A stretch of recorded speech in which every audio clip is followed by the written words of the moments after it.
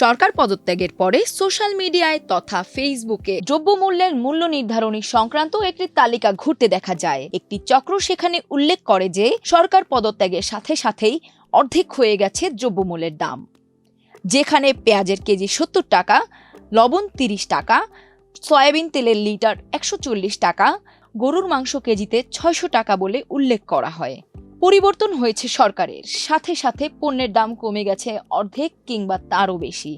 বাজারে পণ্যের দাম কমলো নাকি বাড়লো, এই বিষয় নিয়ে চাঞ্চল্য দেখা যায় ফেসবুক যোগাযোগ মাধ্যমের দেয়ালে। ভোক্তা অধিদপ্তরের পক্ষ থেকে এ ধরনের বিভ্রান্তিকর তথ্যের বিষয়ে সতর্ক থাকার জন্য ভোক্তা সাধারণের প্রতি অনুরোধ করা হলো। অধিদপ্তরের মহাপরিচালক জানান, সম্প্রতি সামাজিক যোগাযোগ মাধ্যমে সরকার কর্তৃক বিভিন্ন নিত্য প্রয়োজনীয় পণ্যের মূল্য নির্ধারণ সংক্রান্ত একটি বাজার মূল্য তালিকা প্রচার করা হচ্ছে, যা অধিদপ্তরের দৃষ্টিগোচর হয়েছে।